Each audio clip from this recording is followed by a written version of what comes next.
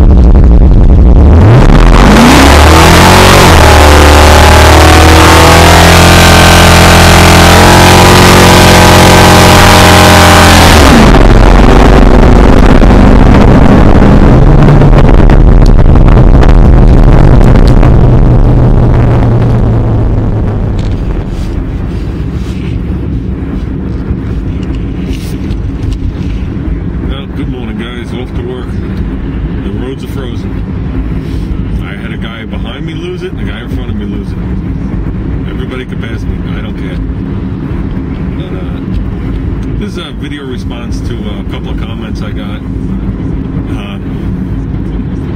That makes me giggle. Asking about my neighbors and I guess the wagon. I'm in my house 18 years plus. I was one of those good neighbors to have.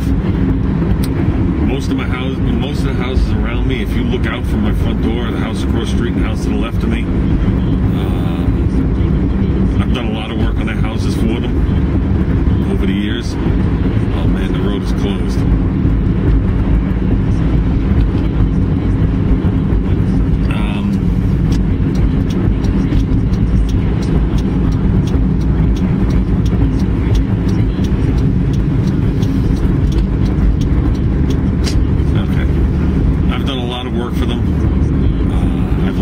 Their houses, helped them with plumbing, helped them with electrical, tree trimming.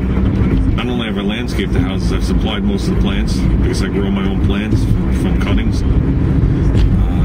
All good things like that. Everything was always great. We'd always drag the fire pit onto my front driveway and everybody would hang out at night, you know, rather than going in the backyard so all the kids could be on the lawn playing. I'm just trying to get past the sun. Then the wagon came along. I was already in the house 11 years. And the wagon came along. Everything was fine. They saw the wagon. My neighbors came over, looked at it, and they asked me if I was going to fix it up like all the other cars I have. And I said, yeah, sure, I don't know. And then I put the motor in the wagon and it was all over. It went from, you're the #1 neighbor. I gotta slow down. It went from you're the #1 neighbor to I'm not talking to you.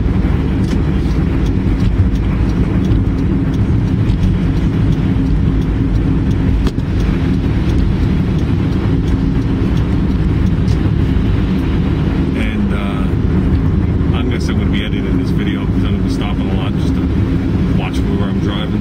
These roads are partly frozen. And I know there's areas coming up where the two towns meet that they don't seem to have salt. So, I'd actually like to get out of this lane.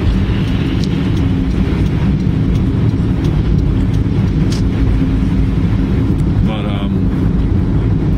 the video you guys see of me doing that big burnout, and you can see the trees all around. Well, that video used to be attached to the other video I added to it where you see the little guy pushing the car out of the garage. Because up until about a year ago, when I used that car, we would push it out of the garage. I'd usually start it up and immediately put it in gear and let it, you know, run the best it could going down the block, just not to disturb anybody. But when you look at that video, it looks like Junior pushes it out of the garage at 6 o'clock in the morning, and they do a big long burnout in front of the house. The burnout part was almost 5 hours later in an industrial park. He pushed it out. We went to the show. It was a Sunday morning show. Then on the way home, time I wanted to do a burnout with the car and stand it up one more time. And where we usually go, they just re-asphalted the place. So the car actually did a lot harder than I expected. And we did that burnout. So the two of them don't even go together. So like I said, I'm still decent with the neighbors, with the car. But yeah, they're just the type of people, it doesn't matter what it is anymore. All they have to do is look fast and they'll give you a look. I guess they're just not car people. So I know in the last year and a half I just gave up caring. You know, because can't do anything else for them. You know? So if you guys knew how protective I was of them over the first 7 years of it, you know what I mean? I have a lot of friends with a lot of cars. They start them up, they do whatever they gotta do right in their driveway, in their garage. They have neighbors that like it, neighbors that don't like it, but they don't care. You know, they're not mean or cruel people. They just go on with their day. Me, I went out of my way to please my neighbors, and it backfired on me, so now I've just given up on it. So I guess that's about it.